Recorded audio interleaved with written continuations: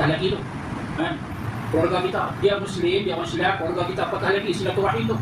Dah Ustaz, bukan keluarga Ustaz, tapi orang Islam lah.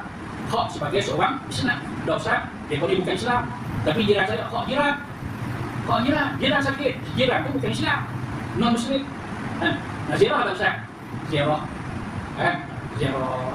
Jangan bagi salam, dia tahu dia kota Islam, bagi salam dulu. Good morning, anak dia buka itu, contoh kan. Jom kata, saya panggil. Dia tak ada panggil.